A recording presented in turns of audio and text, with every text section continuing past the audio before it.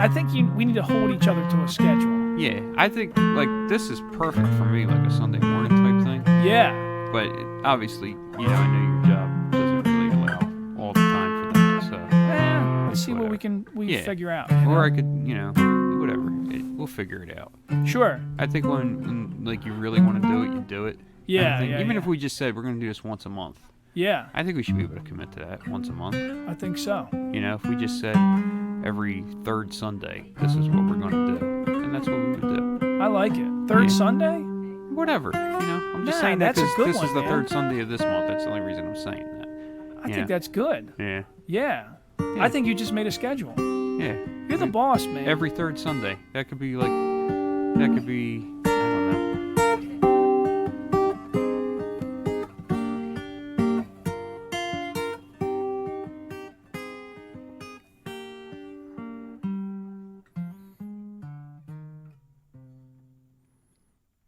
Chris Hunter. Hey, John Lombardo. That's me. Not Lombardi, Lombardo. Yep. What's this, episode 9? Yeah. We're trying some new shit. Hey, internets. Hi. Let's see what happens. They're either like, right now, because the screen's not facing us, they're either messaging, hey, jerk-offs, we can't hear a fucking word you're saying. Right.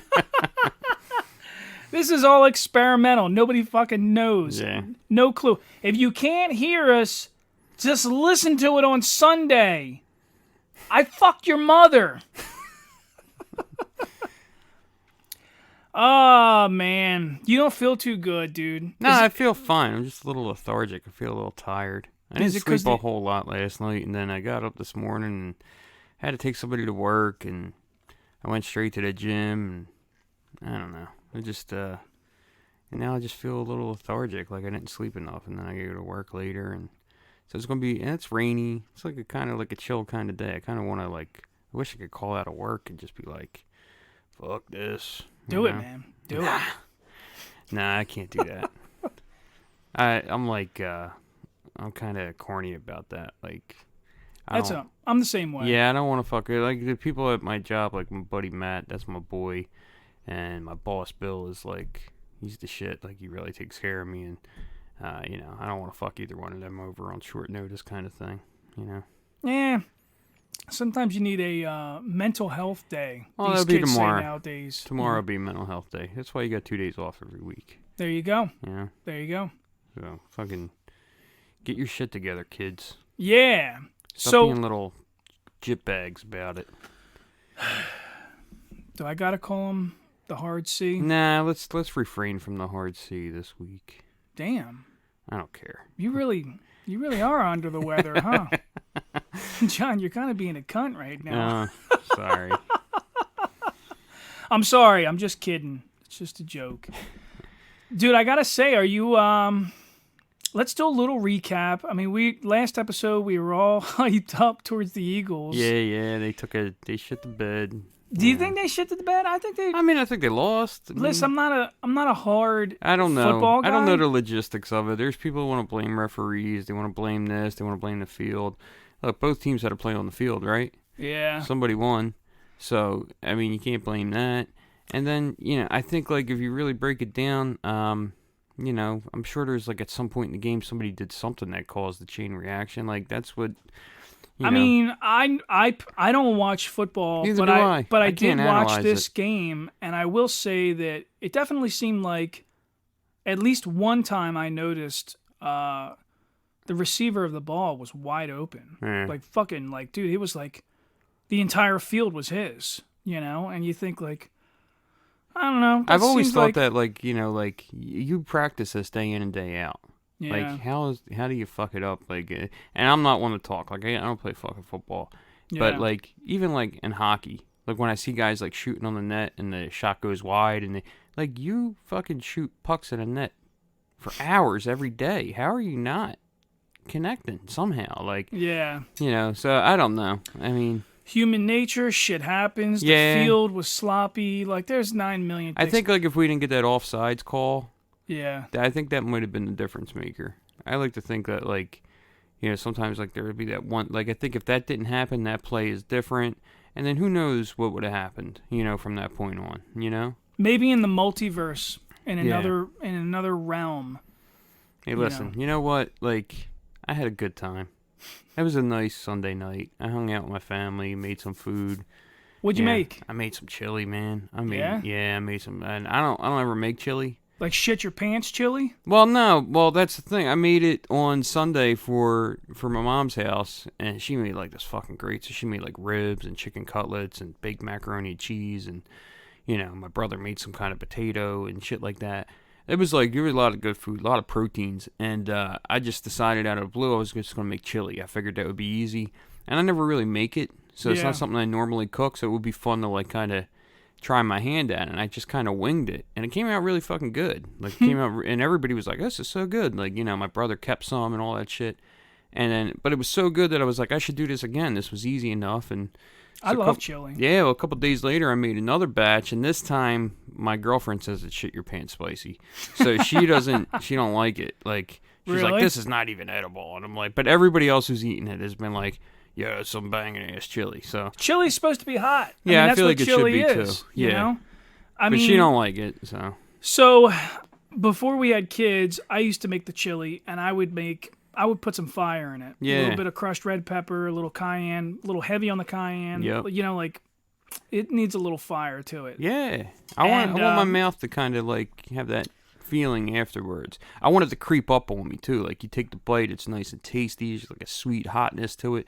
But then once that bite goes down, like, your mouth starts to start to feel the after effect of the spice. But even when you think about, like, traditional chili and the way people eat it, like, so we eat ours on rice. Yeah. You put it on a bed of rice, put some cheddar cheese on top of that, and then a chunk of sour cream. The sour cream is to cool it off a little bit. Right. You know, like I don't do that. No, you just I do corn chips. I like a corn tortilla chips is chip. good. Yeah, I enjoy that. Yeah, that's good too. Actually, that's funny. I think I was eating chili the other day like that. Yeah. I enjoy it. Well, so I'll tell you this. So you did chili, and then I went to the mountains, and we watched the game up there with my brother-in-law, who's a diehard Eagles fan. You know, so like he had a spare jersey set aside for me. He was like, "Here, you gonna wear this one because this dude is like, this jersey's gonna be worth a lot of money. This guy's the shit. You know, everybody loves this dude right now." And I'm like, "Oh, okay, that's cool." So I ended up not even wearing the jersey, but like to me, I was excited because I bought these filet mignons. I spent $33 a pound. Wow. On these fucking steaks. Yeah. And I was like, I'm going to bring these up there. I'm going to bring my cast iron skillet because to me, that's the way you cook it. Yeah, you got to sear it. Yeah. So I brought my cast iron skillet that was already dressed and ready to go. And then, like I brought my seasonings and I brought what I needed. And I was like, okay, I'm going to cook these steaks. You know, this dude is watching his team at the fucking Super Bowl. I don't really care about football, so I'm going to cook these up for him. So we did that with sliced potatoes with a bunch of seasoning and oil and shit on them, and it was like, we kicked ass. We did a good fucking meal. That's so cool. It's funny because he's like, I'm not really a filet kind of guy. I kind of like New York strip, or I like, you know, he's like, I like other cuts, and I'm like, all right, well, let me just cook this for you and see what you think, you know? You can't really go wrong with a filet mignon. Dude. Especially if you cook it right. So I think that I have it down to a fucking science. Yeah. Like, to me, the cast iron skillet, turn the fucking stove on high. Yeah. Get the thing glowing, you know? Put some oil in there, let it start popping and bubbling and shit, and a little butter too. And I'm a snob, so I get the I just drew a blank. Is it like that whipped butter? No. The Irish butter, Kerrygold. Okay. Dude. I'm not familiar, but I'll take very your expensive, word for it. good flavor. It's yellow. It's not white in color. Mm-hmm. It's like, it's fucking butter. It's good. So I take a big chunk of that shit, throw it in the pan too, mix it all up with the olive oil. You put any garlic in there or anything? Nah, so the seasoning I usually do like a little minced garlic in the seasoning. Yeah. And then I fucking dry rub the shit out of both sides of the steak after they've been sitting out for a little while and kind of dried out a little bit. Mm-hmm. And then, dude, in the pan for no longer than 3 minutes. Yeah. 3 minutes aside, Once you take them off Done. the pan, they're going to cook internally anyway. So that's the next step is, like, after you cook them in the pan, stick them on a cookie tray, put them in the oven on, like, 300 or 350 for just a little bit. You don't need to leave them in there forever, you know? And that way it's still cooking inside and it's fucking perfect, you know? So, dude, I gave him this steak. You know, I cooked everything. He's watching his team. They're going toe-to-toe. Like, you know, Eagles scored, they scored. Yeah. Eagles scored, they score. Good game. I thought it was a good game. I'm like, damn, man, this is going to be a fucking... It's exciting. Yeah. This is going to be a close one, you know? Yeah. So, give him the steak, dude. He's, like, in heaven. That's nice. You know, he's, like, over the fucking moon about this. And he's like, I don't know, man. I think you made a believer out of me, man. These fucking steaks are amazing. It's like a no-brainer, man.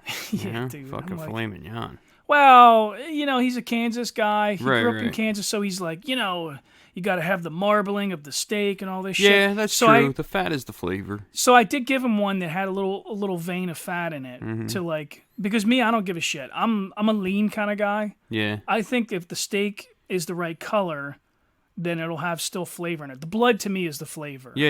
You know? Yeah, you don't cook it too much. Like I got to be able to cut into it, see that pink. Yeah. You know what I mean? I'm like a medium guy. I'm not a medium rare. I'm medium rare. Yeah. I mean, I'll eat it if it's cooked right. It has to be cooked though. It can't be like it can't be raw, fucking raw. You know? Right. Yeah. I went to Las Vegas with my brother. We went to this place that did aged steaks. Yeah. In Las Vegas. Yeah. That's the new thing that it was like $75 a steak, but I swear to God, dude, it might have been the best filet mignon I ever ate in my life. Really? Yeah. So we did that. There's a restaurant down in Wilmington that my wife took me to for my birthday, and it's neat because they give you all these different styles of cut, like samples of them. Mm-hmm. But it's all like different aged meats and like. I forget what they call that. It's the Japanese Wagyu? Wagyu, yeah. Wagyu or something? Wagyu. Yeah, I think it's like that. Wagyu. Yeah, so that's the style of what they were. And the meat is very expensive. Yeah. Dude, it was like unbelievably expensive. Yep. But it was a very flavorful steak. Even the ones that I didn't care for, like there was I guess it was a fucking strip steak. But the way it was marbleized, I do understand why guys like that. Yeah. You know? Flavorful. Yeah. Yeah. So, I dig it, man. Yeah. So the Eagles didn't do it. Yeah. I mean, not the end of the world. Yeah. You know what's funny is so I met this, the valet when we went to the water park with my kids this week. Like on Tuesday, we took them to that water park up there at Camelback. The valet's a New York guy, and he's like, oh, you're a Philly guy. And he's got like this smile on his face, and I'm like, yeah. And I told him the same bullshit that I tell all New Yorkers. And so then I'm like, you know, like, let me tell you the honest truth, though, is like when you're from Philly, you're kind of used to losing.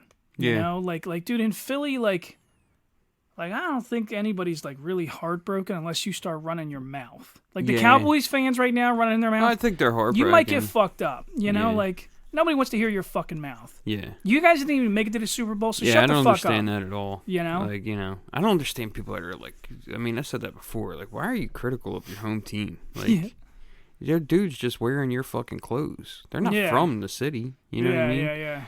Yeah. I don't know. Look, that's who you root for. You root for your home team. That's it. You know? Like, I don't turn on fucking hockey and then root for another team. Yeah, I root for the Flyers. Like, even though they suck or whatever. But once the Flyers get knocked out of it, I start picking favorites. Really? Yeah. Like, people shit on me because, like, the Bruins are, like, my backup team. Yeah. You know? But I like the Bruins for some reason. I don't know. I feel like Philly guys like Boston teams. If you're not going to... I feel that way. It's kind of like a similar city to a certain extent. I mean, we're on opposite sides of New York, and I feel like we're like we got to gang up on New York. Yeah. You know, so like to me, when it comes to baseball, like if the Boston is doing good, I'm gonna cheer for them. You know, fuck the Yankees. Right. You know. Oh yeah. So I'm not rooting for a New York team. Fuck that. So yeah. Anyway, man, it's been a crazy week. It's a lot of weird shit happening out there to fucking Ohio, that derailed train.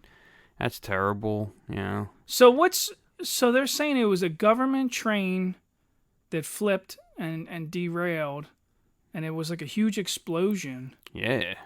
Dude, this is turning into like a conspiracy. Yeah, and I don't like to get too crazy with that, but like sometimes, like I think it's the way that like there's so much withholding of information that how else are you supposed to think? Yeah. You know what I mean? It's like if you're just being told half truths all the time, then you just think you're being lied to. Yeah. You know, like the shit with me, I made the joke about the UFO thing, but like that really happened. Yeah. And no more details about it. Just crazy, ain't it? Yeah, it's weird. But so like even on a military standpoint, I was talking to a friend the other day and I was like, it's fucking strange to me that China is getting so froggy and sending all these spy balloons and shit over. Like, dude, it looks like we're really starting to push towards something big here, and it's kind of scary. You know, I got young guys that I know, and I'm just like, dude, you're a young guy. They're not gonna call me. Yeah, right. I'm fucking old. I'm 41. They don't give a shit about me no more. You know, they want your strong back. They don't want mine. I hope it don't go like that, but you never know. It's fucking weird to me that, like, and not knowing is, a lot of the frustration. Like, I don't know what the fuck's going on. Like, it's, and like, that's, you kind of understand where, like, some of these people come out with, like, these wild conspiracy theories and, why people become, like, fucking, what are they, doomsday preppers and shit like that. Because you just, you start to just distrust things, Well, I mean, we can only go by the knowledge that we know. Now, me as an ex-military person, I look at all of the circumstances involved, and I do believe we are on the precipice of a major world conflict. Yeah. I do sincerely believe that, like, and it seems like we're the target, in my opinion. And I'm not being paranoid by saying that, but, like, we just, over the last 50 years, we fucked around with a lot of people, and a lot of people are still pissed off at us, And we got our hands in a lot of regime changes and shit. Dude, the Middle East hates us. Yeah. I mean, like, not the people necessarily, but it's like government influence, And like, so the Middle East has a resentment towards us. Russia has always had a resentment towards us. China now thinks that they want to be the new world power, but they just can't. Right. You can't. You make dog shit products. Nobody wants anything that you design on your own. Like, you literally steal our technology and sell it back to us. Which, so that is economic warfare, which will eventually turn into real warfare. Like, people don't see the big picture here, but Trump trying to create embargoes and shut down countries like China from stealing our technology was really bad and good. Like somebody has to do it. Somebody has to say, dude, that's enough. We're fucking done with you trying to sell us counterfeit fucking Louis Vuitton bags all the time, or knock off iPhones or whatever. Yeah. Somebody has to say it. And I get leery of, like, putting my fucking card information in, like, these weird fucking sites that sell the fucking $3 fucking, like, you get, like, a pair of fucking nice-ass shoes for $10 off of some weird site. And it's like, I'm not putting my fucking information in there, So it seems to me that the hacker community is just ramping up. I have people that are doing weird shit now that, like, I sell stuff on Facebook Marketplace, and people are, like, messaging me, and they're like, I want to buy that. Send me your Zelle link. Right. And I'm like, no. Yeah, right. No, I'm not doing that. Because you have a blank Facebook page with no information on it. You didn't even ask me where the fuck I am. Like, this is not a real human. Yeah. You're not a real person because... It fucking aggravates the balls off of me. Well... I mean, it could be so much as, like, something as simple as, like, liking a picture of, like, a hot chick on Instagram. Yeah. And then 2 minutes later, you got, like, fucking 15 new followers that are, like, just bots. Yeah. Like, what the fuck? Yeah. Like... I don't know, man. I think it's all... The digital crimes, the shit that's going on the internet is, like, uncontrollable. There's so many times that I just want to get rid of, like, all of my social media. Like, as much as I, like, enjoy so many aspects of it. Like, sure. I love talking to people that I don't see anymore on Facebook. Like, I love keeping in touch with my friends from Philadelphia and shit like that. And, You know, like that's the whole point of it for me. Sure.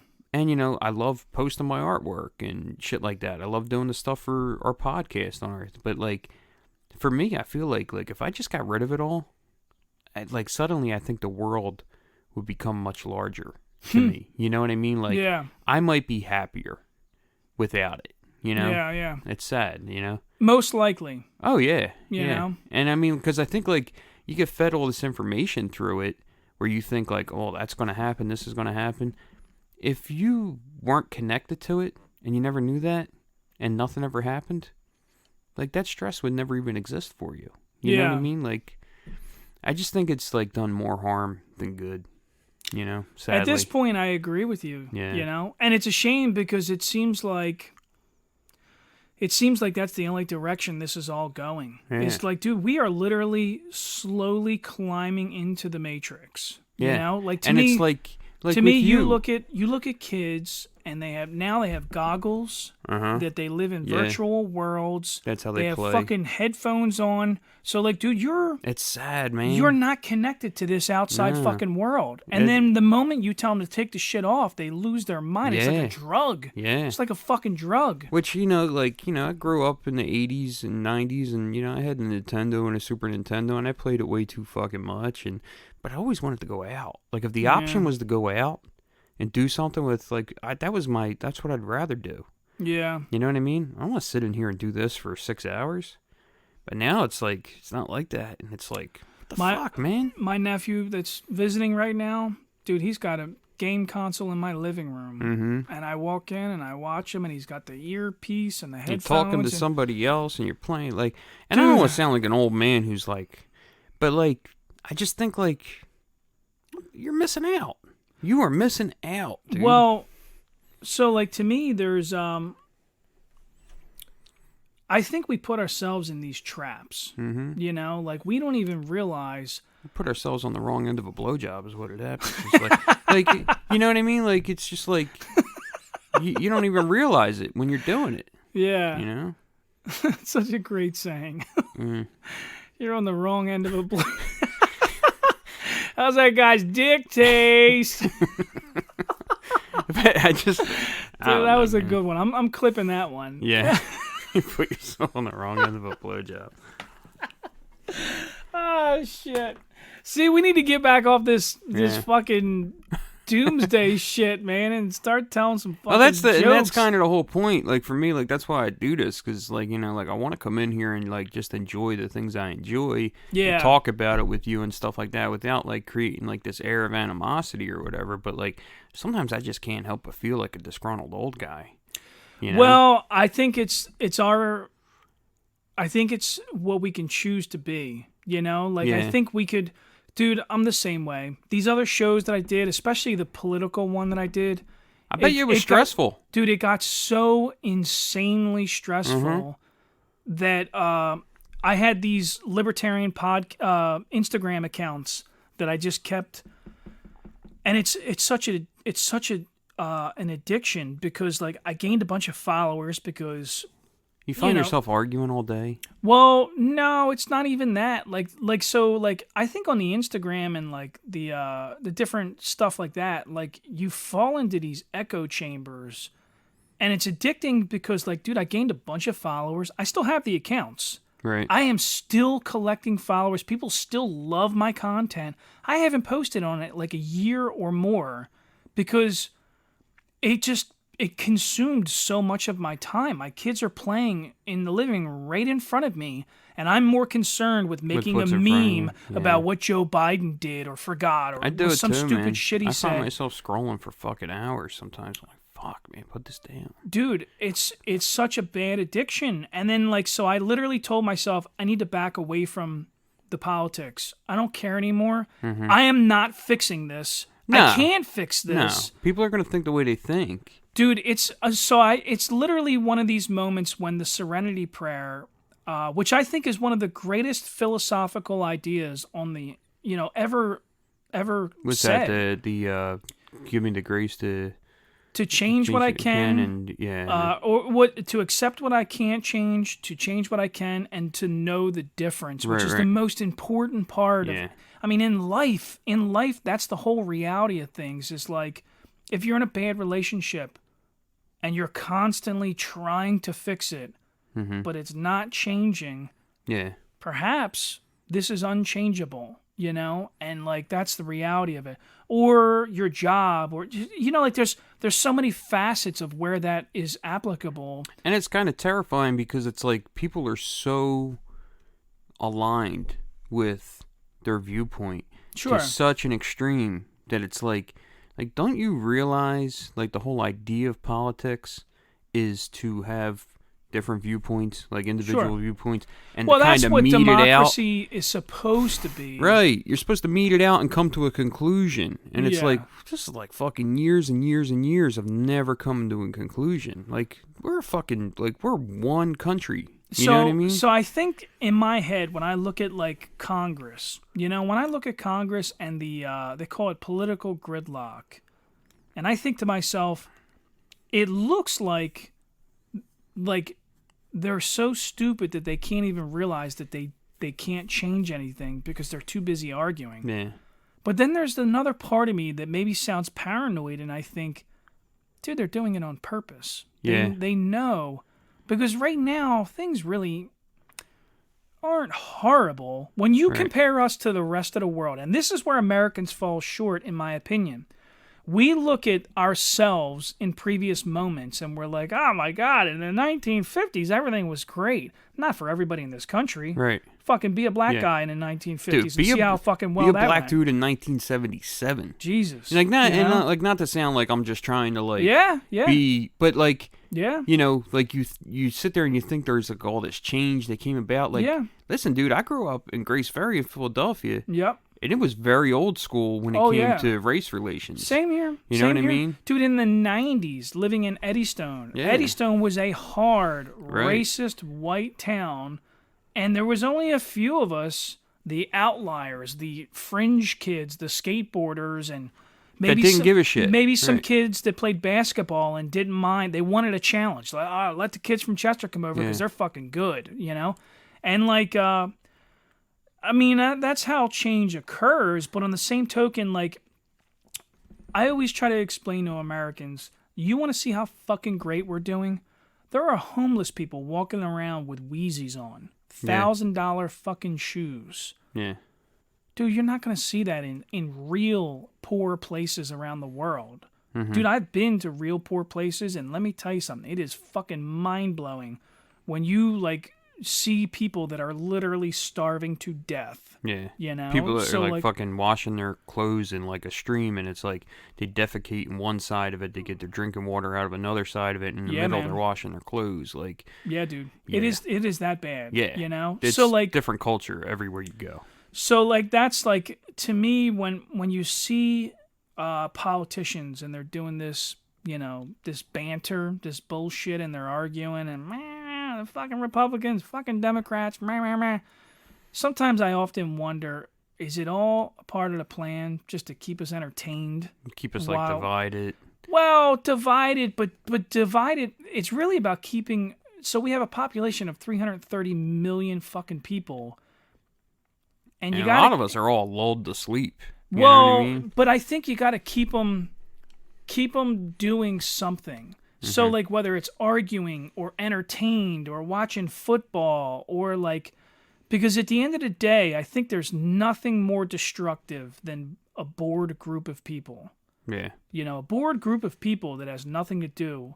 You want to see something? Go down to fucking Virginia or West Virginia. Some of them, they call it the, what do they call that? When there's a food deficiency, there's nowhere to go. There's no shopping malls. There's nothing down there. They're so fucking poor, but they have the worst drug problems in the entire nation, and they're inbred, and they're fucking...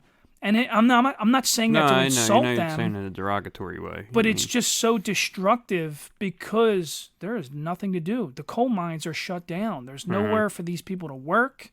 There's no fucking food stores. There's just drugs and violence and like chaos, Yeah. you know? So, and the same when you looked at like communities in the 80s when the crack epidemic was occurring and people were like afraid to start a business in a all black community. And like Right. anytime you look throughout history and see extreme poverty, you see the worst of the worst. And it's not like that's far from, I mean, you go to Kensington. Yeah. You know, that's not that far away Kensington from us. is the wild fucking West. It's insane, you know? man. It's sad and it's fucked up. And it's You're just, in the it's city insane. limits. Yep. And the cops don't go there. They I mean, are what is it, afraid 30 to go minutes from here? Yeah, about that. Yeah. You know? Yeah. You'll see fucking tents with fucking homeless guys with Yeah. fucking little grills and shit sitting out Yep. there and like shooting up heroin. And they're right not on- even shooting up heroin, dude. They're shooting up shit they don't even know what the fuck they're putting in their body anymore. They don't even know what these chemicals are. Yeah. Like, I bet you if you were to take blood from somebody who's doing drugs and you were to fucking find out what's in their system, there's probably shit in there that you can't even fucking identify. Well, and that's the scary part is when you get so fucking desperate, especially with addiction. I do Yeah. know this. Dude, these people, when you're so bad, you literally stop giving a fuck. Yeah, you know? just Like, want to get well so, or like- get fucked up or... Well, like so, like even like I've heard of stories about like people going into rehabs and they were like just Shooting they were- water. DTing so bad that they drank. Like say they were a bad alcoholic, they would drink like perfume or Yeah. There's certain like floor cleaners. nail polish remover, Yeah. like something to try and get. You can get high drinking like fucking floor cleaners that have GHB in them. Yeah, You know what I dude. mean? You know, That's terrible. so it's when you get desperate enough and you're out there and you're living on the streets and even the people that cut the drugs are usually drug addicts too. So like you're Or they just want to make money off it and they're cutting it and stomping it to the point that, you know. I mean, yes and no. I do believe that there are evil people out there, but I have a tendency to think that a lot of it is out of desperation. You Yeah. know, I have seen some evil shit on this planet, and most of the time it's Somebody just trying to survive. trying to survive or neglect. You know, sometimes you see the worst of the worst. You hear about stories about people pimping their children out, and it's not that they, you know, I don't think they're inherently evil people. I think they're just so fucking desperate in their moment that they consider doing such an unbelievably disgusting thing. Yeah. You know, which to me is like, I mean, once you cross that threshold, dude, It's like a passing a point of no return kind of thing. dude, you earned yeah. a bullet, as far as I can tell. You know, like, I mean, I'm glad to be in recovery. I'm glad to be where I'm at today. But like, if I relapsed and it ever got that bad, I would probably kill myself if it got that bad. You know, like I couldn't imagine doing something so heinous. You know, Oh, no. this is a very serious episode. Yeah, this My went crazy. God, dude. We were supposed to talk about food. God damn, man. Damn, dude. I know. It Half got hour dark. in and we're just like It's politics dark. and paranoid. That's and why I don't like to UFOs. talk about politics. Like, Yeah. because I just feel like it's never going to be a good conversation. And like, Nobody ever is like, man, they're doing a great job. I mean, Nah. other than the Trumpies, you know, the Trumpies are like, and listen, I miss man, that fucking if guy. something goes down in this country where it comes down to like, you know, the liberals really got to go at it with the right wingers, the right wingers are gonna wipe you the fuck out. Like, I'm not taking sides, but like, they're the only ones that are willing to fucking stand up for their shit in a certain way. Like, I don't know, man. That's debatable. I don't know. So, Look, I like- don't know. That's why I'm glad I'm not like that. The problem is liberals, when they're mad enough, burn cities to the ground. Yeah, I guess That that's is true. That has happened. Yeah. A lot of liberals are ex-military. There are a lot of people that came out of the military. I mean, it's just I think the coin, Is who's more brazen or something? I don't know. but it's just, you know, Republicans own guns. Democrats know how to use them. Maybe they own guns, but they're illegal. I don't know. I have You no know, idea. I'm not accusing anybody It's of a nothing. it's a scary fucking thought, man. You know. I don't Especially- think that, you know what the crazy thing is I don't think that the media, I think the media stands back and measures the temperature of the current climate, and then they make adjustments. I think the media controls it Oh, all. yeah.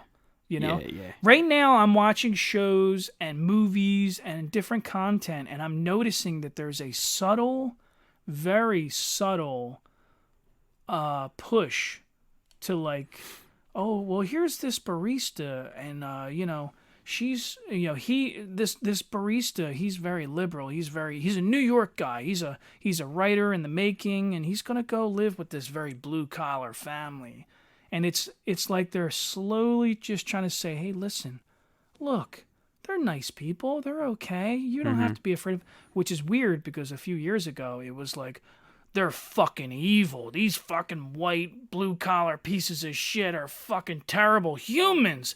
And that's, like, dude, that was the general consensus that I felt when I watched TV or the news or anything. It was like, dude, look at all these Trump people. They're all just stone-cold fucking white people. Well, first of all, no, they're not, dude. There are a lot of black conservatives coming out of the woodwork. And but the media was pushing it so hard that like the Trumpies were all stone cold white supremacists. I don't even fucking bother watching news outlets. I don't even bother. It's the agenda that they're always trying to push. Well, that's the thing. And then you find one that you think that is going to be like not that. Like I just want somebody who's going to report facts. Yeah. Like I just want to know the truth. Which is impossible now. Yeah, man. And then you find out that outlet has a fucking agenda too. Yeah.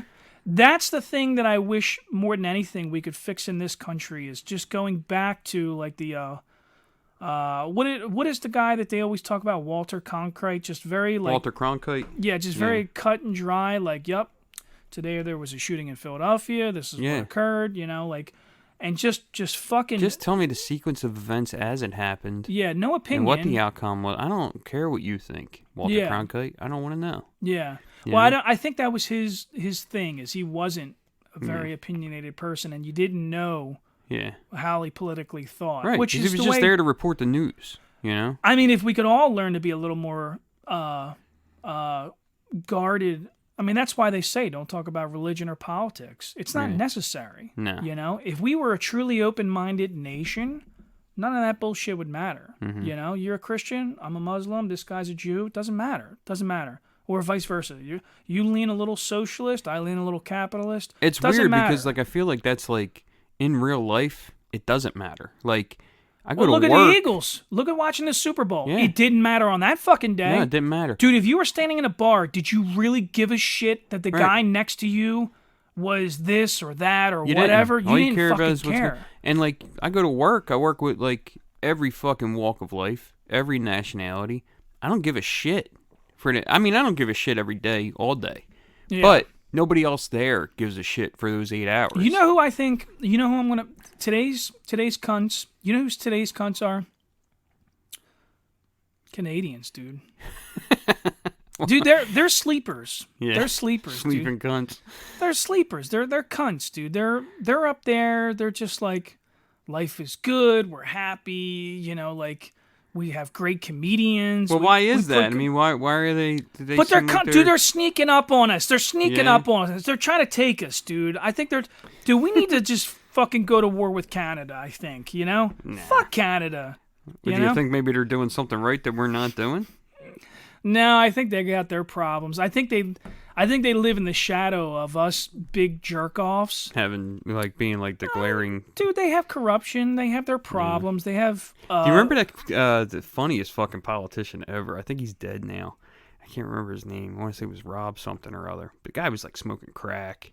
Really? And he was just fucking out there. He was out there. I think he was Canadian. I think if you're going to be a comedian, you should be a drug addict. Now, this guy was a politician. Oh, he's a politician? This is a politician. You talking about Wiener, the guy that used to get blowjobs all the time? No, blowjobs. The fucking dude, man. They made a I'm going to find out who this fucking dude was. Because every story I ever heard about him, I was like, this dude is out there. Like, he was so funny. Like, it was so amusing to watch him. Yeah. But I'm almost positive he was a Canadian politician. Really? Yeah, I might be wrong. I love it. For all I know, he might have been from fucking Illinois or some shit. I don't know, but he died.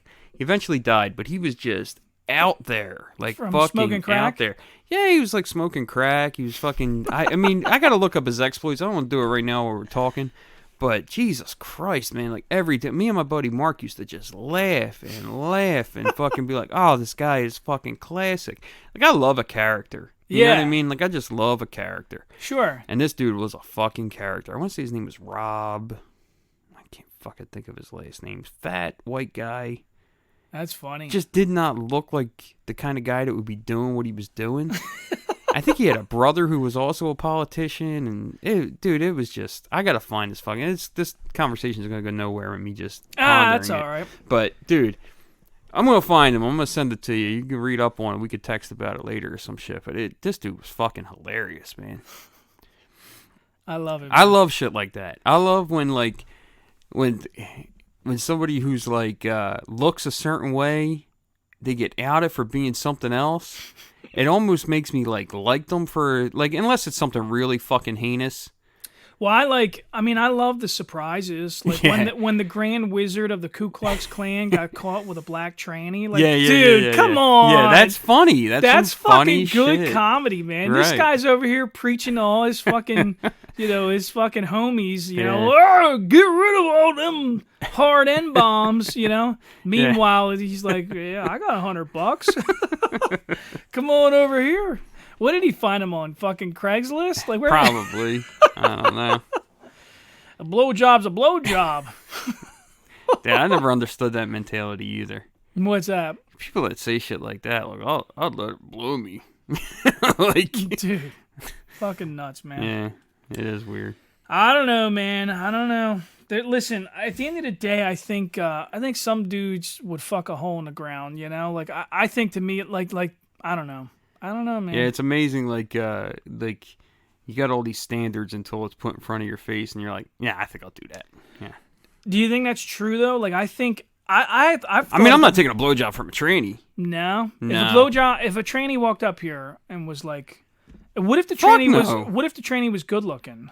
No. I mean, unless I didn't know. If you didn't know? If I didn't know, if I was completely oblivious. What if the tranny, you didn't know, the tranny started blowing you? And this is all hypothetical. I'm not getting a blowjob from anybody. I'm just saying. I just want your old lady to hear this particular part, okay? Yeah.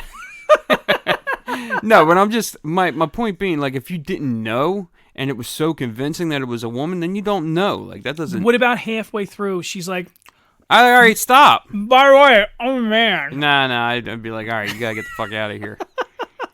Yeah. Nah, I don't, I mean. Are you gonna suck my dick next? Yeah. By the way, trans community, not making fun of you. Yeah, I'm not taking a shit on you for being trans. This is the problem, man, is like you can't even make that joke. You can't even joke. And somebody will feel attacked by this, but really what the joke is the insecurity of the straight man. Yeah, that's really, to me, the funny part. Yeah, Patton Oswalt does a great fucking bit about that. He did a great thing where he was talking about a guy on cops, got stopped by the cops, and turned out that the chick that was blowing him was a dude. And the guy just looked at the cop and was like, let me go. Just let me go. Like, because he was like, like, I got like some dude's saliva drying up on my dick. Like, what more? I'm on TV. Like, what more do you need to do to me? Like, come on, let me go. You got me on TV. My wife's watching. Yeah, right. I just got a blowjob from a dude. Like, I didn't know. Like, come on, just cut me a fucking break. Yeah. Cut me a break. This guy just sucked my dick, man. I didn't know. Oh, shit, dude. Yeah. That's fucking funny. See, This is the smorgasbord episode. We're one's all over the fucking place. We're talking about everything, dude. Yeah, I always think like halfway through some of these, we're just gonna scrap them. Nah, like, we're not putting that one out. I'll never do that. And what's crazy is like, and then like the one that we did with Mark. Yeah. The whole time we were recording, I'm like, man, this is going nowhere. We're fucking up left and right. And then I went back and listened to it. I was like, I love this episode. This episode is so much fucking fun. I think the fun ones are like this, when you just... Dude, I think people just enjoy hearing two guys. Two fucking morons talk. Dude, I do. I love it. There's nothing better than like... I think like if there's people out there that are listening and they're getting angry at us, just don't listen anymore, because I'm not going to get any smarter. Well, I mean, listen, man. At the end of the day, I stand on the ground that, like, first of all, I have nothing against trans people or anybody. I don't have anything. Like, if you're offended by something that we made a joke about, I strongly stand on the ground that, dude, it's just a joke, and I'm not attacking trans people and saying they're horrible. No. It's like that bullshit that happened with me on TikTok where they were like, right. Oh, but that's the thing. It's like now you got to fall into some fucking algorithm. Like, a fucking computer can't understand the context of what you're saying. So it's difficult, man, because, like, dude, I wanted to do stand-up comedy. Yeah. And now to the point... Now you're like, why would I put myself through the stress of even trying?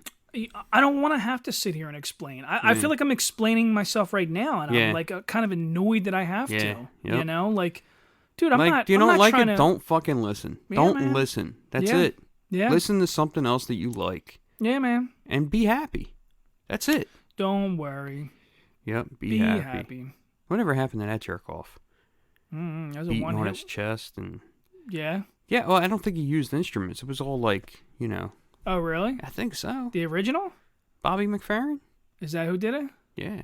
Oh. I think that was his whole deal. I feel like that's... He's like a gimmick. Really? Yeah, like the fucking Spoon Man from fucking Soundgarden. The guy who plays the fucking spoons in Seattle. Really? Yeah, I think that like Bobby McFerrin was like I don't think he had any other fucking songs.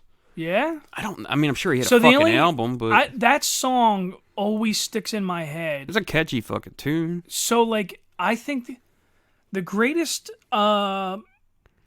like use for that song was when in this movie called Jarhead with I remember Jake that. Gyllenhaal.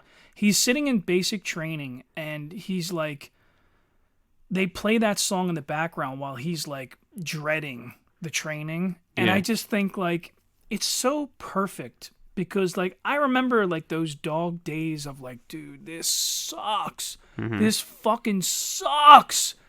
And the mellowness of the song is like where you wish you could be mentally, Yeah. but you're under so much stress and like there's no, like, you have no control over, like, they tell you, like, all right, we're eating at 12, we're gonna fucking do this at 5, then you're gonna go back and do this, and like your whole life is controlled. Yeah. And like, like, it's just like you go from being a high school kid with unlimited fucking freedom to that. Yeah, but that's... I mean, and it's only 2 months, but you think to yourself, like, this is the end that's of a the long world. 2 months. Dude, it is a long That's what I'm fucking saying. 2 Like, people months. don't realize in real time how long things actually take. I was talking to a buddy of mine. We were talking about, like, fucking exercising and how he would, like, run for 5 minutes on the treadmill. And I go, run? Yeah. For 5 fucking minutes on a treadmill? Like, dude, that's a long fucking time to be running. So let me tell you this. If you ever, like sometimes throughout the day, I'll look at my clock and be like, holy shit. Where did I've been the time awake go? Since 4 a.m. Yeah. And it's fucking noon already. Dude, I blink my eyes and hours go by. But then, if I sat down, and now, so when I was in the Army, the way we did physical training test to see how physically fit you were, there was 3 circumstances. There was 2 minutes of push-ups, how many you can do. Mm-hmm. 2 minutes of sit-ups, how many you can do. And there was a standard of how much But it's a a man... long 2 minutes. Well, 18 to 25 or something like that. This is how many you were supposed to do, men. And then women, 18 to 25, were supposed to do this much. And then the last criteria was a 2-mile run. And then I think back then for me, like just to pass with 70%... was to run it under 16.9 minutes. Yeah. Which is... That's a lot. I mean, it is and it isn't. It's like a relatively quick jog, you know? It takes me about 23 minutes to walk a mile. Yeah. To walk a mile. Yeah, so 16.9 is like a light... It's like a... Well, it's a pretty swift jog, you know? And then there's guys out there that were running the mile... or 2 miles, they were running it in like 10.5 minutes, which is like unbelievable. Yeah. You are fucking sprinting for that entire 10.5 minutes. Yeah. You know? Dude, one time when I was a kid, man, it was like one of the most... High school, 9th grade for me was like one of the most terrifying times of my life. Yeah. Because I guess like grade school, like, I don't want to get too deep about it, but like, for me, grade school was very like family. Like, those kids were my family. I saw them for 9 years, day in and day out. We knew things about each other. Like, we were tight. And then you go to high school. Like what? This guy had a mole on his dick, or like? No. Yeah, well, yeah, I guess, like so-and-so came to school one day, he had a fucking roach in his ear. But we didn't shit on him because he had a fucking, he just could have roaches in his house or whatever, Like, he had a roach in his ear for real? Dude, like, no bullshit. Oh my God. You're like, yo, dude, there's something in your fucking ear. And he went and like, got it. It was a fucking roach. Dude, that is the creepiest thing in the world. Fuck, bro. It was crazy. I would have lost my mind. Yeah. Dude, the bug's trying to eat your brains. Fucking crazy, dude. I've heard stories about that, and I was like, dude, I would fucking freak out. I would stab myself in the ear with an ice I used pick. to get paranoid because I saw the fucking Star Trek 2, where the fucking bug went in the dude's ear and like made him crazy. Yeah. Yeah, man. But anyway, so like I was saying, when I got in the 9th grade, like they took us out of the environment of like, you know, it was all dudes. Yeah. Like I went to an all-boy Catholic high school. Okay. Everybody had to dress the same, all this shit. It was just different. Yeah. And also like, these were kids I had never seen in my life. Yeah. You know what I mean? Like, they were from all different parts of fucking South Philly. And it's all fucking 15-year-old boys. We're just, like, got all this testosterone. We all want to prove something to each other. Like, pieces of shit. Yeah, we were being fucking jerk-offs. Then we were a lot of fucking 15-year-old boys are jerk-offs. It was rough, dude. And plus, I don't know any of these kids. It's not like I played sports and saw them on other teams or anything like that. So, like, but I remember, like, I was like a heavy-set kid, you know. I wasn't like, you know, I'd been a nerd my whole life. I just drawing and fucking doing shit like that. Like, that was my, like, activity. We went into the gym class, man. We had this gym teacher, Mr. Rapino. And this dude was, like, fucking jacked. He looked like Clark Kent. Like, he had, like, glasses, but he was jacked. And, we talking about, like, the Dean Cain Clark Kent? Is that the one you're talking about? Maybe a little older. I don't know. But he just looked like a strong fucking dude just dressed like a nerd. Oh. You know what I mean? Like a strong dude dressed like a nerd. Okay. And I was dreading it all year because we had this massive fucking field that they played soccer or football on and all this shit, and it had a track that went around the entire field. And every time I drive past the 25th Street Bridge, I'd see this fucking field, and I dreaded going to high school because I knew the kids had to run around this fucking track. And we go in there, and I mean, I'd be exaggerating. I think I said on the last show I was like 185 pounds when I was 11. That's a huge exaggeration. I couldn't have been more than about $150 or so. Sure. But anyway, I was short, fat, you know, fucking Italian kid from South Philly. He picks me out of the group and puts me in the front of the line to run around this fucking track. The first day in gym class, and I was just like, fuck me. That was the longest run of my entire life. Yeah. And like I started booking. I was like, just let me get this over with this, and I just found something in me to get it done. And I'm fucking going fast, and the kid behind me was athletic, and he's saying, "Yo, motherfucker, slow down, slow down." Like he's telling me, but he was an athlete, you know, and I figured he'd be happy that I was going fast, you know. But it was like, man, I fucking dreaded that shit. And I mean, we had to do it. Kids were throwing up. Like, there were kids that were fatter than, you know, like big fat kids that were like throwing up afterwards. It was a long fucking run. I wonder if he was ex-military, because that's a very... He was a football guy. I knew he played football. Well, the military definitely does that. Like, they'll take the slow guy and put him up front to set the pace, and that way everybody runs at the same pace. I think I was like in the middle. Well, you don't want... I wasn't quite a fucking, like, huge kid, but I also wasn't, like, a kid that could really fucking blow it out of the water either. I was kind of, like, in the middle. Yeah, so in the military, you don't want to break formation. You want to run in formation, and you want it to look nice and clean like you're a unit. So, like, to put all the gazelles up front and all the heavier kids in the back, I was short and stocky.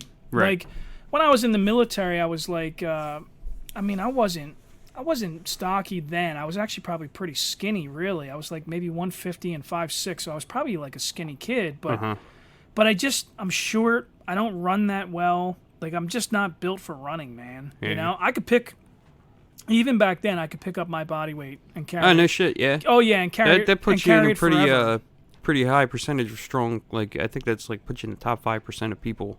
Yeah. Like, as far as strength goes. Yeah. Like, to be able to lift your own body weight, or, like, to bench press your own body weight. Yeah, I could do it now. Yeah, that's pretty cool. I could do a lot more than my own body weight, actually. Yeah, I don't think But I move, I mean, I'm climbing up cranes, and I'm, like, moving engine blocks around my shop. You're deceptively strong, probably. Like a second nature kind of strong.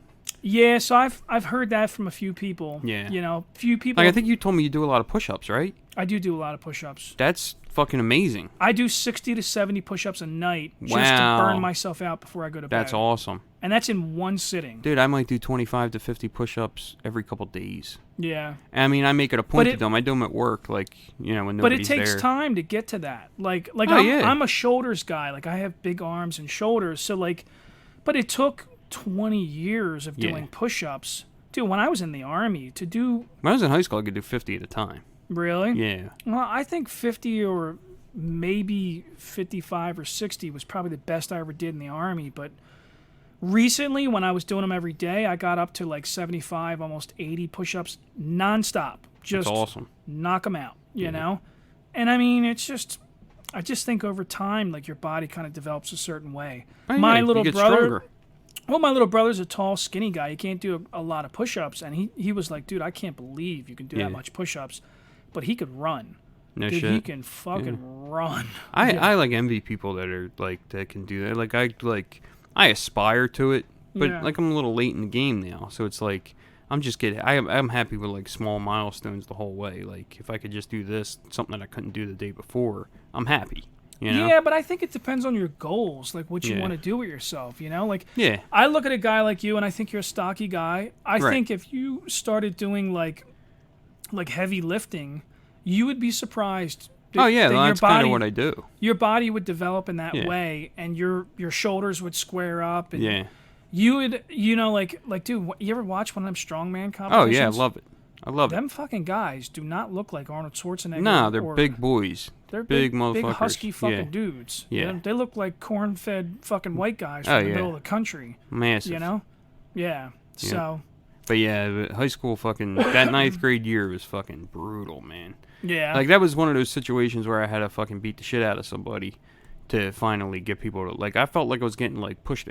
Two things got me over, like drawing. yeah. Drawing has always been my go-to. Once somebody realized I could draw, they were like, "That dude can draw his ass off," and they're kind of mesmerized by it, which I always find kind of weird because it's like, you know, like I said, I just think it's like a pursued interest, something that I just developed over time. But just people can't wrap their head around it, and they're like amazed by it. They think it's cool as shit.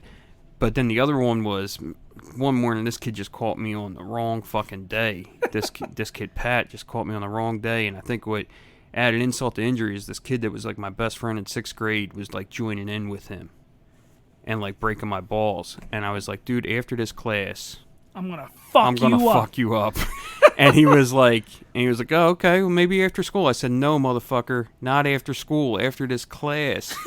And then my buddy Chris was like, the kid that was joining in with him was like, are you serious right now? And I was like, yeah, and when I'm done with him, I'm going to kick the shit out of you too for joining in. And sure as shit, after that class, I mean, but then from that point on, nobody really fucked with me. And I'm not a violent guy, I'm not a fighter. But like, it sucks is like you kind of have to lean into that sometimes to kind of get people to leave you the fuck alone, you know?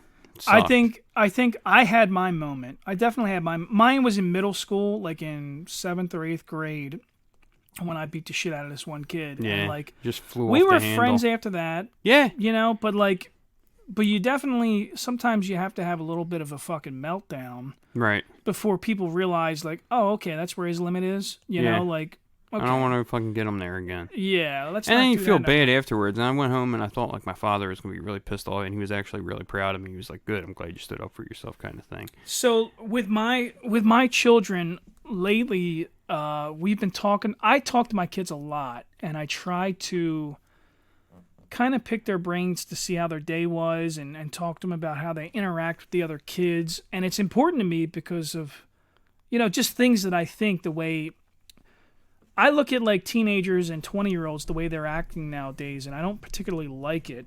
So I'm trying to teach my kids how to negotiate life a little better, you know? And the one thing I've been kind of stressing to my children is like, one, you protect each other. Mm-hmm. Like, dude, I don't give a fuck if you're arguing, but you protect each other. That's the way our family works. And two, specifically with my daughter, I think with my son, I don't think it's going to be a problem. I think I'm going to have to like calm him down a little bit because he's pretty aggressive, you know, like he's like me, he's a little barbarian, you know. But with my daughter, she'll say like, oh yeah, this other kid smacked me in the face. And I'm like, okay, well, what did you say to him? You know? And she's like, oh, I didn't say anything to him. And I'm like, no, I'm not mad at you right now. When he smacked you in the face afterwards, what did you say to him? What did you do? Did you tell, you know, the babysitter? Did you tell, what did you do? And she's like, I didn't do anything. I just cried. And I'm like, all right, well, from now on, you tell the other kid, don't touch me. Yeah. You know? You gotta set boundaries. You gotta start telling people because they're not allowed to hit you. And then you tell the babysitter, and you but you need to like stand up for yourself. Yeah. You know. And then I go back into the whole speech about Christopher and Genevieve. You protect each other. You look out for each other, and don't let this happen. Yeah. You know, because I don't know, man. I'm old school, and I just think that like me and my siblings grew up like that. Yeah. Dude, we could be in the middle of an argument, my little brother, and if somebody walked up and started talking shit, I will punch you right in your fucking face. Like, you stay the fuck out of this. I'll tell you what, man. I don't think I've ever been hit so hard in my life than by my brother Ryan. This motherfucker hauled off and cracked me one time. And I was like, fuck me. Like, the pain was so polarizing. Like, I didn't know if I should, like, cry or, like, I couldn't even register the feeling. Yeah. God, I just had never been hit so hard. Yeah. I mean, just in the face. Oh my God, cracked me in the over something stupid. We got in a fight over. We used to keep like some change in our kitchen for like when the ice cream man would come around or whatever. We keep this little jar of change. Yeah. And like you had to quick get your fucking money and get out there and get your fucking ice cream. Yeah. You know what I mean? Or else you got to run them down. So we're like wrestling over this fucking change, and he's like 4 years older than me. So I mean, it's not like, you know. I think I might have been 12. He might have been 16 or whatever. And he backed up, fucking just hauled off. Pow! Right across my fucking face. Punched you or slapped you? It was like an open hand slap. But his hand was so fucking solid, he might as well have punched me. Like, it was like a stiff, like, pow! Like, my brother Ryan was fucking tough. Like, he was a tough motherfucker.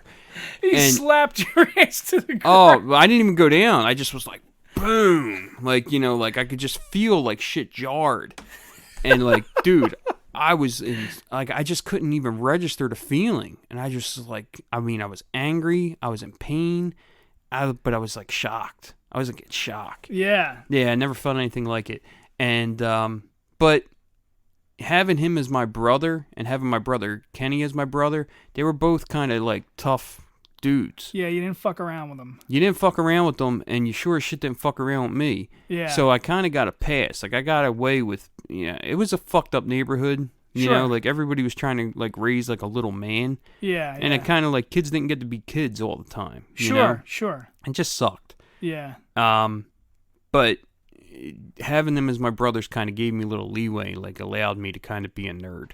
Well, you know what I mean? And I'm really thankful for that, because I see other guys that I grew up with, and I just think, like, you know, there's a part of your personality that's missing because, you know. I think there's, I think you can become bitter. Yeah. You know, if like, I experienced some pretty ugly things, and if you would have met me 12 years ago or 13 years ago, more like it, I was a very bitter person and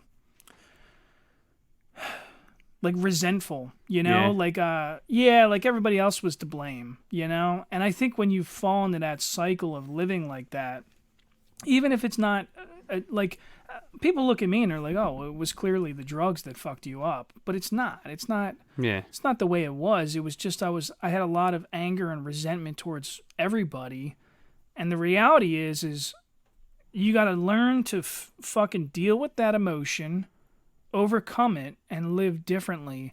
And now, man, listen, I am still very paranoid and very on guard in the general public. When I'm out on job sites or when I'm out and about, I could see that people probably see me as very aggressive or very standoffish or whatever. I mean, I try. If I get to know you, I try hard not to be standoffish. Yeah, I really do. I try to work my way out of it. Yeah, it's hard in big public settings. I don't like big gatherings. Mm-hmm. I get very, very anxious, even going into like booths corners when it's very busy. Yeah, like my wife can she can read me and she's like, dude, this fucking dude is boiling right now. Like, we need to get out of here. You know. Yeah, because I will flip the fuck out on somebody. Like, if somebody, like, if I'm in there and, like, somebody does something that I really don't like, if they cut my kid off and, like, almost knock my kid down, like, dude, I will freak the fuck out. I'll start screaming at you. I kind of have that mindset. I don't even want to prioritize that feeling because it's going to ruin my experience. You know what I mean? Does that make sense? I try really hard to not let it control me, but it does. You know, like when I eat, I try to see like 2 steps further down. So usually for me, when I know that I'm going to a setting like that, I try to get in and get the fuck out as quick as possible. Yeah. Like when I go to Boost Corners, I want to be there at fucking 8 a.m. before the crowd gets there. I want to enjoy myself. Yeah. I don't go to concerts. I don't go to big venues. I don't do it now. Like I gotta really love something to go see it. Yeah. You know, like I gotta be like, yeah, I have to be there for that. Otherwise, I'm not going. But they say for me that a lot of this stems from some kind of PTSD. You know, like it's all the same symptoms. You know, that I'm a very paranoid kind of person in those settings. You know, I don't like crowded restaurants and shit. I like to see the doors and like see who's coming and going. I don't like sitting in the middle of the room. I'd rather sit at a booth or something where like, people aren't behind me. You know? Yeah, I could see that. Like, I go to a diner, I usually sit, like, I like to be facing the entrance of a diner. I don't want to have my back to the entrance for some reason. Yeah. I don't know where that comes from, but... Well, I think at the end of the day, man, maybe even... I mean, so when they... First of all, I hate when they use jargon words like PTSD or bipolar or whatever, because I think we all have a little bit of... Yeah, I think there's all little personality tics to everybody. That's why I hate, like, things like... Like I think there's a lot of stuff out there that people kind of placate, like they play to people's thoughts or whatever in this very generalized way, but like to make you feel very individualized. Sure. But really, like a horoscope, like that's a good example. Like everybody reads their horoscope and like, oh, that's me. Listen, motherfucker, that's everybody. Every single one of those horoscopes applies to you. Yeah, man. You know I could read the one for Scorpio and be like, holy shit, man, that's totally really me. But you could read the one for Capricorn and go, oh, that's me too. Yeah. It's just people like get this sense of individuality out of it and they're like, I don't fucking buy into none of that shit. Really? None of it. I don't give a fuck about none of it. I think it's entertaining and it's fun to watch. Well, I think if you realize that it's entertaining... It's like going to a psychic. Yeah. When you go to a psychic, that person is doing the same thing that I do when I talk to you. I tell people... They're reading you. Dude, I'm really good at reading people. Yeah. When I meet a new person, I can do an assessment. I can look at the clothes you're wearing, the car you drive, the way your mannerism is. And you can tell a lot about a person from shit like that. I can. I am a really, really good judge and like good at reading a person. To the point where I think if I wanted to manipulate people, I could sit here and do some bullshit like, oh, let me see your hand. Oh, show me your hand. See this line right here? When it might be, I'm reading something about your personality because the last 3 times I've seen you, your taillight is out on your car. Yeah. So it tells me something about your personality that, you're very lackadaisical about something or you don't fucking care about, like, or the opposite. You get out of your car, you're very clean cut, you're always shaved, your car is immaculate. Oh, see this line right here shows me you have control issues. You're very oh my god, you know me so well. Yeah, well, it's your life. Look at the way you live. You live very sterile. I don't need to look at your fucking hand. Yeah, dude, your hand doesn't tell me shit. I'm just holding your hand right now. You know? Yep. So I sincerely believe that's what's occurring. You know? I mean, that doesn't mean that I'm not a skeptic towards the supernatural. Because I'll tell you this. You want to hear something fascinating? Sure. I think that my wife and I are psychically connected. Yeah? I sincerely believe that.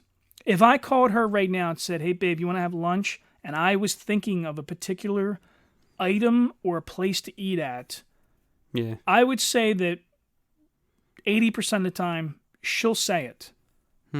And vice versa. Like, if but don't you think that just comes from knowing your taste? Potentially. But sometimes it's very random.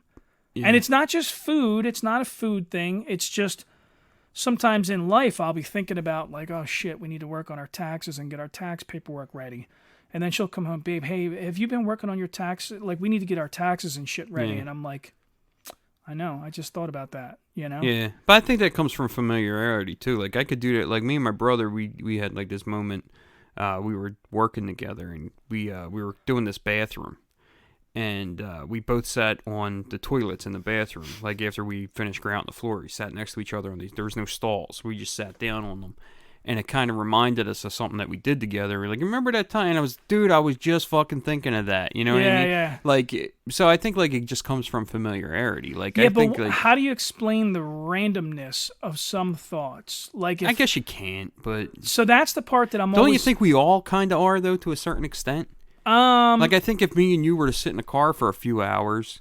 Like, not on the same level. Maybe not. I think that there is the ability to read another person and kind of get an idea. Oh yeah, well, I know John likes this particular. Like my wife likes certain types of cars, and like I can feel you out and understand things about you. Yeah. But it's always the random thoughts that I think are fascinating. Like I'll be thinking like, damn man, I haven't talked to my brother in a while, and she'll be like, you know, why don't you call your brother up and we'll see if we can go over there this weekend? And I'm like, how the fuck did that just come into your head? Yeah, right. How is that possible? Yeah. So like, it's just, you know, like I can't prove it and I can't explain it. It's just something that I feel might occur. But I also know that, you ever heard of like an empath? Like yeah, a person? my girl swears that she's an empath. I believe that I kind of am too. I think I am to a certain extent. If you walked in and you were in a shitty mood, I can feel it. Yeah. Before you even, and maybe it is slightly reading your body posture and stuff like that, but there's definitely times where I'm just like, I don't know what the fuck is happening in this room right now, but these people are somebody's upset in this fucking room and it's uncomfortable. I need to get the fuck out of here, you know? And it's weird, you know, because like, I'll literally just be like, okay, all right, I'm fucking leaving. Mm-hmm. There's weird shit going on in here. I don't want nothing to do with this, you know? Yeah, I guess so. So I don't know, you know? Like I said, I'm not a religious person. I'm not like Neither am I. I don't believe in, I mean, I can't say I don't believe in. I think anything's possible, but like I'm not like one of these guys that's like, let's go ghost hunting or let's go. Oh, God, no. You know, like I'm a very relatively pragmatic person, but there are some times in life where I just can't explain shit, you know? Yeah. You know, there's weird coincidences. There is a lot of weird shit that I think back on. I'm like, man, how the fuck did that happen? Kind of things. You want to hear a crazy story of mine? Sure. So I left the military, and there was 4 of us. Well, technically, I was the 5th guy, so there was 5 of us. We all met in Germany. We all skateboarded together. That was our clique. We were all in different units. So, like, we didn't work with each other during the day. Well, my one guy, which I was really close with, this one dude, when I left Germany, there was no Facebook or MySpace. There was, like, the internet really wasn't like I had a college club account, if you remember what that is. I have no idea.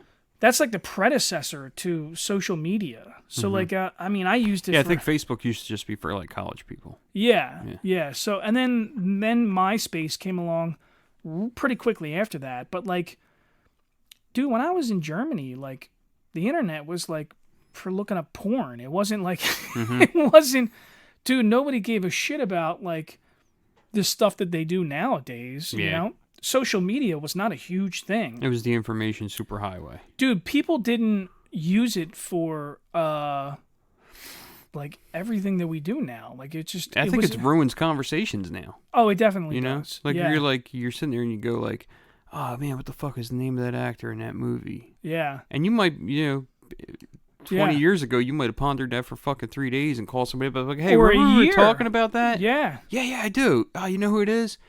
Now, you just Google this shit, man. It's right there, you know? So that being said, fun and everything. In 2002, I left Germany, and my group of guys that I hung out with lost contact. Didn't know some of their last names, didn't know like how to find them. Like they were gone. As far as I knew, I would never hear from them again, you know? So I went to the Art Institute of Philadelphia after I got out of the military, going there for film and video production and learning how to do all this silly shit that I'm doing down here.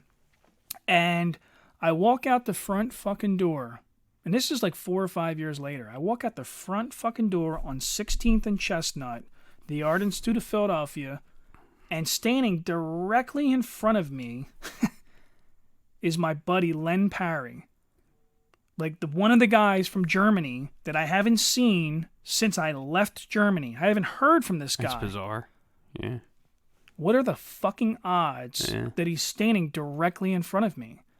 Now, we were both like, I literally was like, Len, what's up, man? What the fuck you doing here? And he's like, he didn't even recognize me. I had longer hair, I had a goatee. He was like, who the fuck is this? And then I'm like, it's me, it's Hunter from Germany, you know? And he's like, it took him a minute to be like, holy shit. I haven't seen you in years, you know?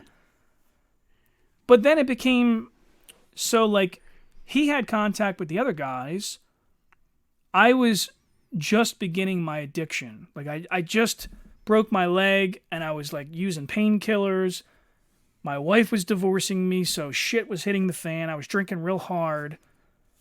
So then he came to live with me because like he needed a place to stay. He was living in Florida with his ex-wife and shit was going bad. So I said, fucking move in with me. So he came and lived with me in Folsom in my little apartment. And then our buddy Mike Marsh, was across the country in California. And he was like, fuck it, man. I got nothing going on over here. And I was like, come on over, load your shit in your little Ford Ranger and drive on over here. It's strange how that works out. So then them two guys lived with me while I was like a fucking psycho. So like some of the bars that you mentioned in Eddystone that used to raise hell in, dude, you may have experienced me in them bars because I would go down there and pick fights. Really? Yeah, I was kind of a violent fucking dickhead, you know? Like I think I don't think people really realize that like you might have been standing there off to the side like, holy shit, look at this lunatic. Nah, I would have known you. I mean, who knows? I think because like I don't think people totally realize like, you know, we do this like we're like close friends. Sure. Like our entire friendship is based on like looking at drawings of each other's during like lunch. Yeah. In high school. Like that was so many dicks, dude. And I don't think like we ever like hung out outside of school. So that's the funny thing is like and I think that's kind of like what's cool about this is like all the stuff you're telling me is new information to me. And all the stuff I tell you is new information to you. So it's not like we already know all this shit about each other. It's like they're learning this about each other for the first time, but there's a certain amount of familiarity between us that is like a little bit of a, but like so even like Kevin that you mentioned. Yeah. So I love Kevin, man. This is like one of my best friends. I knew Kev briefly from art class, and he was a really talented artist. Yeah. I wasn't even aware that he was in the bands and stuff that he was in, and like, you know, like it's such a small world. And like, so I was telling my wife was like, oh, well, you and John were close when you were younger. And I said the same thing. I said, no. Honestly, man, like we admired each other's artwork and we were like, holy shit, look what he drew. My God, man, that's really good. Yeah. You know what I think, but you don't remember? Do you remember one time during lunch, we like roasted the shit out of Nadine? Really? Me and you and she took it like a champ. Like she was the sweetest girl on the fucking planet. Do you know what's so funny about that? Is, dude, I had the hugest she's adorable fucking crush. She's still adorable to this day. Yeah, she's a wonderful person too. So I knew her from Eddystone. Her and her sister they lived in Eddystone. I think one of their relatives was from down there. I think it was her dad. I think her dad was from Eddystone. It's this whole thing. And then her sister passed away, which is heartbreaking. But like I knew them from Eddystone, and dude, when I met Nadine, I was just like, dude, it's hard not to be enamored with her at that age, dude, too. She was so sweet.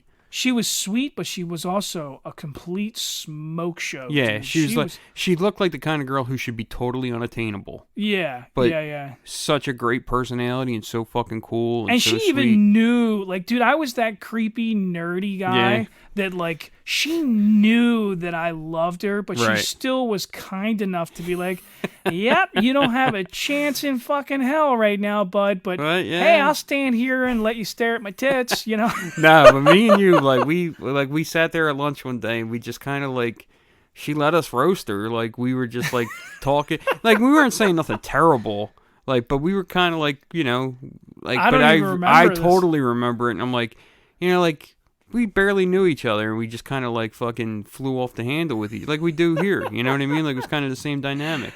But if it wasn't for fucking drawing, we probably wouldn't talk to each other. And Nadine's tits. And Nadine, We wouldn't talk. Come on, like, you could say it like nah, that, dude. Nah, man. I hope she listens to this. She's probably girl. married now. She has beautiful kids. Yeah, I seen she had the kids. She lives up in Philly or something like that. Does she? Yeah, she's cool as shit. Yeah. She's so cool. I haven't talked to her in a long time. I think I ran into her like twice over the past few years. I was like, holy shit, that's fucking Nadine, you know? Yeah. Yeah, she's so cool.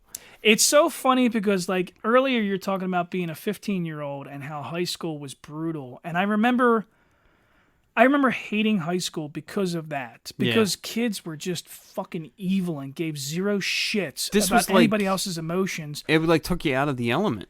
But then when you meet them as an adult, you're like, they were going through the same shit I was. Dude, you're cool as shit, man. Yeah. Like, I could totally see hanging out with you now, you know? Like, and it's funny because, like, you just think, like, dude, in high school, we were just so different. Like, you know, like, it's just, not you and I. No. You and I wasn't, like, too surprised when you came down here and sat here and talked to me, and I was like, the only thing that I ever get kind of, like, choked up by is when you and I first did our first episode together, you were talking about a lot of, like, personal growth and things you want to do to change. And I instantly was like, oh, I fucking love this dude. Yep, I could talk to this guy more. Because to me, I think that's what life is about.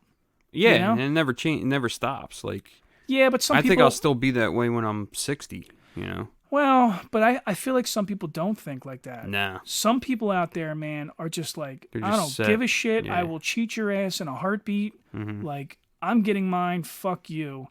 And to me, I want to collect. I'm at this moment where I want to collect good people around me. Yeah. I welcome you into my house because you're great, dude. You fucking play with the kids and you're cordial to my wife and you're like, dude, next time we have a barbecue, come on the fuck over, man. You know? And like to me it's like I'm getting older and more guarded, but it's like it's cool too because when I meet a new person, you learn how to weed the right people out. I am measuring people nowadays on their morals more so than anything. It's not about I don't give a shit what color you are. I don't care about your religion. Yeah. I don't even give a fuck about your political views. And you think like your life would be easier when you're that kind of person, but like people are out there and they're going to take advantage of you. They take advantage of your kindness and all that even shit. that though, like that's a part of like going back to like reading people is like the moment I get a hint that I feel like you're going to try to cheat me, I don't care anymore, dude. I cut you out of my life. You know, like, dude, you're not necessary. Especially if I didn't grow up with you or have a very long relationship with you, dude, you're not necessary. You're a fucking person that came and went, you know? And it's a shame because even some of the people that I've grown up with, it's like, dude, you go your own ways. There's guys that I hung out with that like, it's fucking sad, man. They're just not making any progress in their life, and I love them. I love them like a fucking brother. I would fucking do anything for like this one dude in particular that I'm thinking of like right now is like, I don't know what's going on with him, man. He's like just stuck. He's stuck somewhere in his, his fucking, mental, like there's something in his brain is stuck. Yeah. And he's just not making no progress, and like I can't push you no more, like, dude, it's not my job. That's something I learned really quick. Like you can't care more than somebody else does. Like it's fucking hard to watch, man. I can't care more about your situation than you care about it for yourself. You know what I mean? When I tell people that I'll help them, but they got to do the work, some people get weird about it. And I'm like, but that's the only way real life works. You have, you got to like, I mean, and like just being happy. It's a choice. Yeah. It's really just a choice. Like, there's always going to be shit that kind of is fucked up and, like, stressing you out. And you can go in that direction, I guess, and just let that kind of consume you. Yeah. And that's really not ever going to go away. Yeah. Like, it's always going to be there. But you just kind of have to choose. Yeah. I'm not going to allow myself to get stressed out. I'm not going to, like, all I can do is what I can do right now. And, if I'm going to attack that situation, I'm going to take a small step in attacking it. And like that's why I just find happiness in progress in like processes. You know what I mean? Sure. Like I find happiness in small milestones all the time. I think it's fascinating when I meet people that aren't like I call it like the warrior culture, like this whole dude, trials and tribulations are going to come and we all have them, but you can either let it make you weaker, or you can take that pain and build on it and let it, and like just decide like, fuck you, I'm not going to let you conquer me.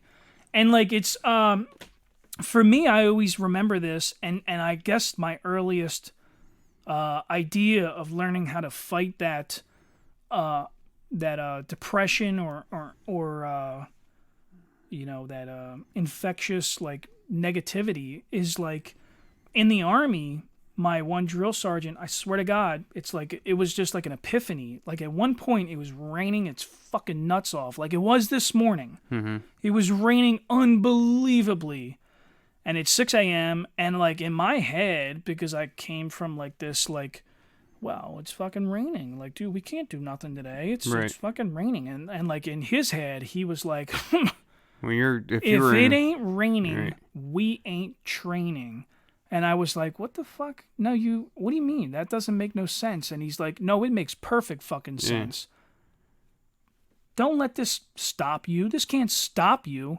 Yeah. The job has to get done no matter what. I mean, you're in the military. If you're in a fucking war situation, the war is happening, whether it's fucking raining or not. The elements doesn't fucking matter. Yeah. So like that's when it like started to click, and like then it became like this cadence, and we would run in the rain, and then it was like a challenge. It was a fight. And then you kind of start to enjoy it almost. Then it was like this laughable thing, like when shit hit the fan and things were nasty or things sucked and you were like doing something. It became like this.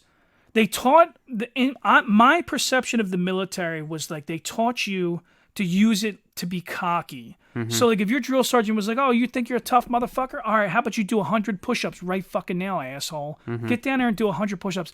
I'll do 100 and I'll fucking scream out the number, everyone. 1, 2, 3, 4, 5. You know, like, and be a smart ass about it, because fuck you, you're not going to conquer me. 100's for pussies. I could do 200. Right. You know?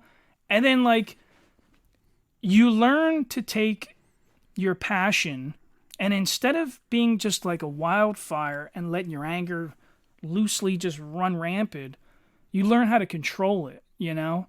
I appreciate gym guys for that. Like, I understand what that is, when you learn how to harness your passion and you're like, dude, I let this out when I need to let it out. I go to the gym for mental benefits, man.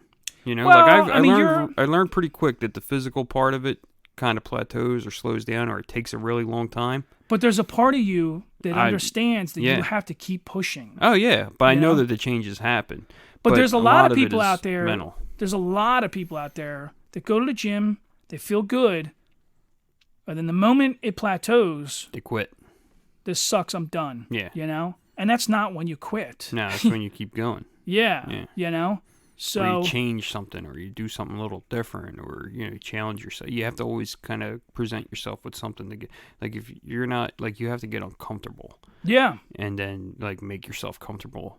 That's the hardest thing to explain to somebody, especially in a country where we have so much luxury.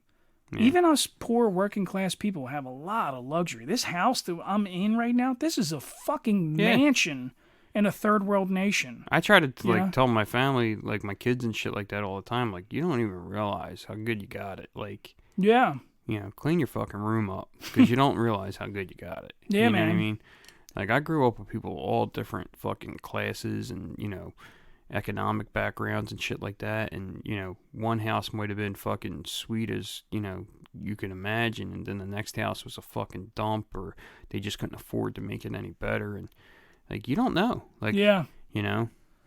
I mean, even when you look at, like, illegal immigrants, dude, I don't judge. I don't judge illegal immigrants. I never do. I think to myself, here is a person that broke the law, risked their fucking life, and maybe their family's lives, too. You know, like, you don't know what the whole story is. I mean, this is like borderline a political discussion, but it's not. To me, it's about survival. It's at the end of the day, here's a person that was like, my environment sucks, and I need to go somewhere and make it better because I want to take care of my family. When I see immigrants that are leaving their place to go here or wherever to make something better of themselves, there's no way I can judge that guy and say that guy's a piece of shit. I just can't do it, man, because like, Dude, first of all, I've been down to fucking El Paso and looked across the border, and it is like, it's kind of fucking insane, because here's this fence with this shitty little creek they call a river, and there's a couple fucking bridges that go over with like a bunch of guards with AR-15s and shit, and on this side, there's a fucking Taco Bell and a Chipotle and a Chick-fil-A, and there's happy people driving beautiful cars, and there's like a guy in a fucking Escalade that's like, what the fuck? There's too much traffic today. Yeah. But then when you look across that border, literally somebody drinking filthy fucking water. A quarter-mile away, you can see that there are 10 fucking shacks on the side of a hill that people don't have running water or electric in, and they're fucking incredibly poor. Like, incredibly poor. Poor enough that they're like, you know what? The cartel said they would give me $5,000 if I carry this brick of fucking heroin across that border. Yeah. They will give me enough money. $5,000 in Juarez to a poor person will feed them for the rest of that year. You know, they will be okay, you know? It's like a risk worth taking. So, like, it's really, dude, to me, it's like, what would you be willing to do to take care of your family? But you're not faced with it. You're like, that's the thing. Not in this country. Yeah, you're not in faced this country, with it. We're like, oh my God, my fucking cell phone doesn't get any reception in this room. We're going to the gym, you know. Yeah. My favorite pair of Lululemon pants are in the wash still. So I'm not going to go. I decided not to go to the gym today because, you know, like, I only want to wear the pink ones. I don't want to wear the blue ones, you know. Or, dude, it's insane, man. Yeah. You know, it's the same old bullshit. But I think at the end of the day, you have to learn how to not be spoiled, you know. Yeah. It's hard. So, like, that's, like, the thing that I'm trying to work on teaching my kids. Like, I want to give my kids a better opportunity than me. I want to send them to a private school. I'm prepared to send them to a very good college if they have clear intentions what they want to do with their education. Dude, you're not just going to 13th grade to fuck off, smoke weed, and get laid. Not doing that. Not on Dad's fucking dollar. But... like, if you came to me and said, Dad, I'm going to be an accountant or a doctor or a lawyer or a fucking whatever, something that needs a very serious education. I want to go apprentice under a congressman and become a senator. All right, well, how hard are you willing to work? Because you need to illustrate that to me. I am your guarantor. I'm the one that's going to fund this little fucking project of yours. You need to start convincing me right now, you know? And so, like, what I'm getting at is they say, a lot of people theorize that humility can only be learned through, like, poverty and, like, struggle.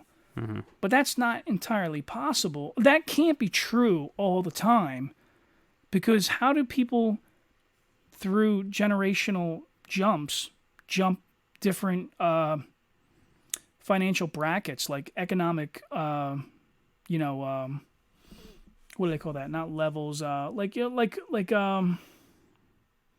the working class, different social classes.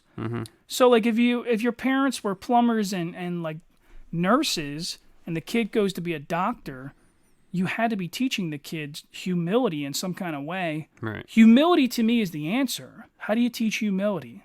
You need to appreciate everything that you get. Yeah. You know, I can't just give it to you. You have to learn that this is valuable. You know? Or you have to know at least what I had to do to earn it. You know? Yeah. Something. Yeah. I think that's the key. Yeah. For me as a parent anyway. That's what I'm trying to do. So, I don't know, man. It looks like you're falling asleep over there. No. I just, I have to pee. You got to pee. That's why we always end our episodes. Yeah, it's getting a little. I got to get ready to get going for work. I'm gonna go home, see my girl for a little bit. And, sure. Okay. You know, kind of do those things. Well, hey, how about that food episode that we just did? Maybe next time. Maybe we'll. You know, this one was the smorgasbord. Yeah, it's dark. A little bit. A little bit. I think it had its little. I mean, it has moments. Yeah. How about we end this and we'll bullshit about it after you take a piss? I got pee-pee. All right, man. All right. I'll see you. Later.